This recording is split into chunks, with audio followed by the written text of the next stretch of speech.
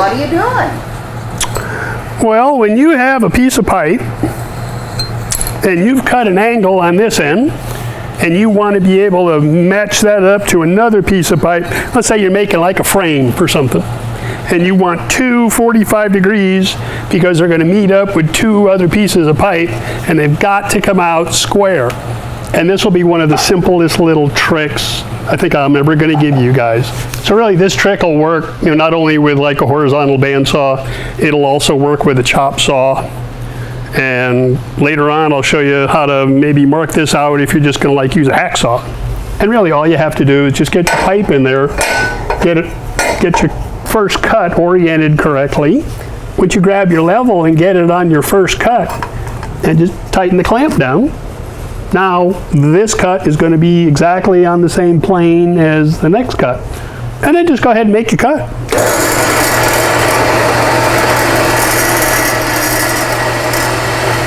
And just putting one of the cut-off pieces on the end. This is the piece I just cut, or the end I just cut. And you can see that it came out nice and true. No daylight in between the ruler or the pipe.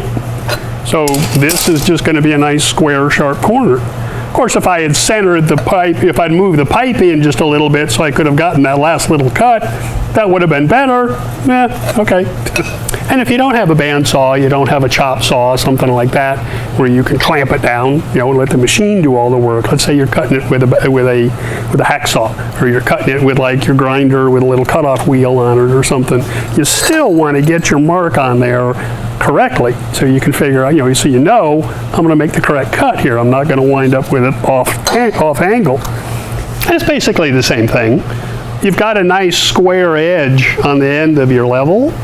Make sure both sides of your cut, your first cut, are right up against your square or your level.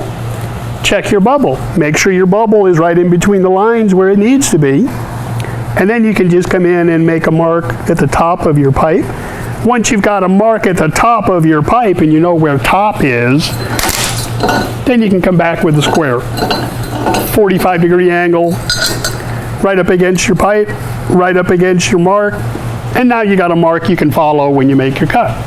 Clamp it in your vise, clamp it to the bench, whatever, however you're going to do it, whatever your situation is, but that'll get you started.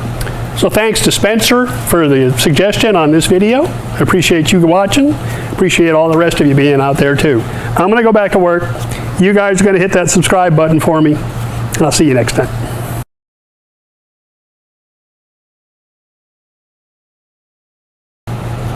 And this will be one of the simplest little tricks.